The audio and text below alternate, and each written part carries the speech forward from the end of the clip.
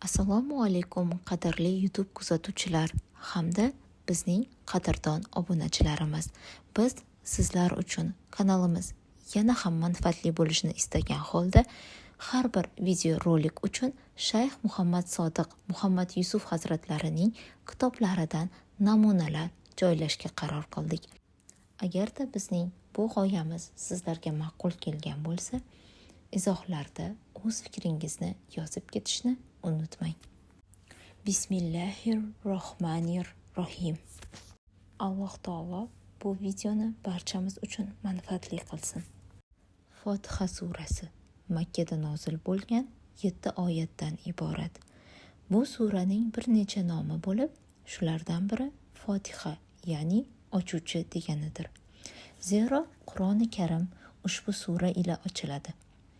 Fotiha surasi juda ham fazilatli sura bo'lib, bu haqda bir qancha rivoyatlar keltirilgan.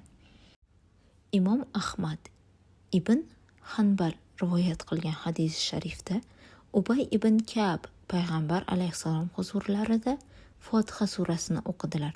Shunda Hazrat: "Mening jonim tasarrufida bo'lgan zot bilan qasam ichamanki, Tavrotda ham, Injilda ham, Zaburda ham, Furqonda, Qur'onda ham bunga o'xshash nozil qilinmagan", dedilar.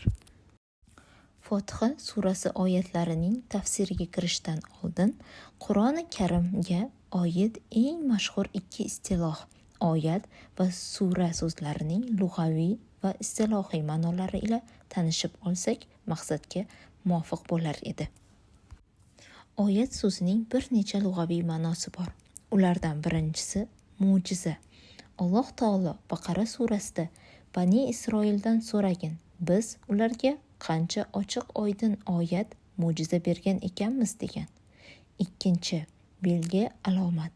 Alloh taolo Baqara surasida albatta uning mulkining oyat belgisi sizlarga Robbingizdan ichida sakina bor tobut kelishidir degan.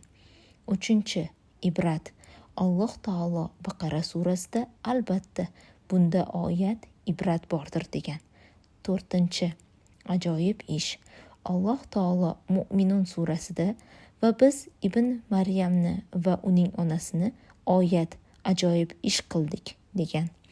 To'rtinchi, burxon, dalil.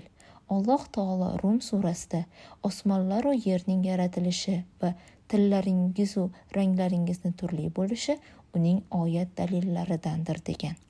Oltinchi, jamoat. Arablarda qavm o'zining oyati, ya'ni jamoasi bilan chiqdi degan gap bor. Yettinchi, Qur'on oyati.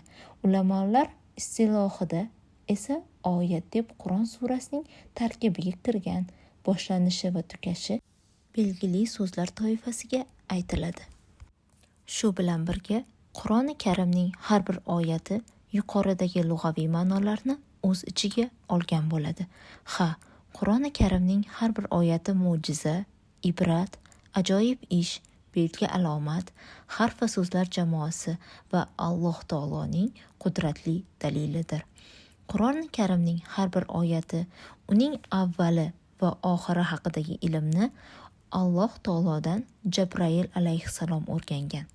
Undan payg'ambar alayhissalom, u zotdan esa musulmonlar o'rganganlar.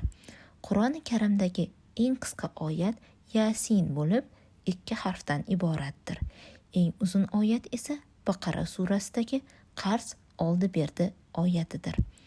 Oyatlarni bir-biridan ajrata bilish, ularni boshlanishi va tugash joylarini anglab yetish, ma'nolarini yaxshi tushunib yetishga va boshqa bir qancha ishlarda yordam beradi.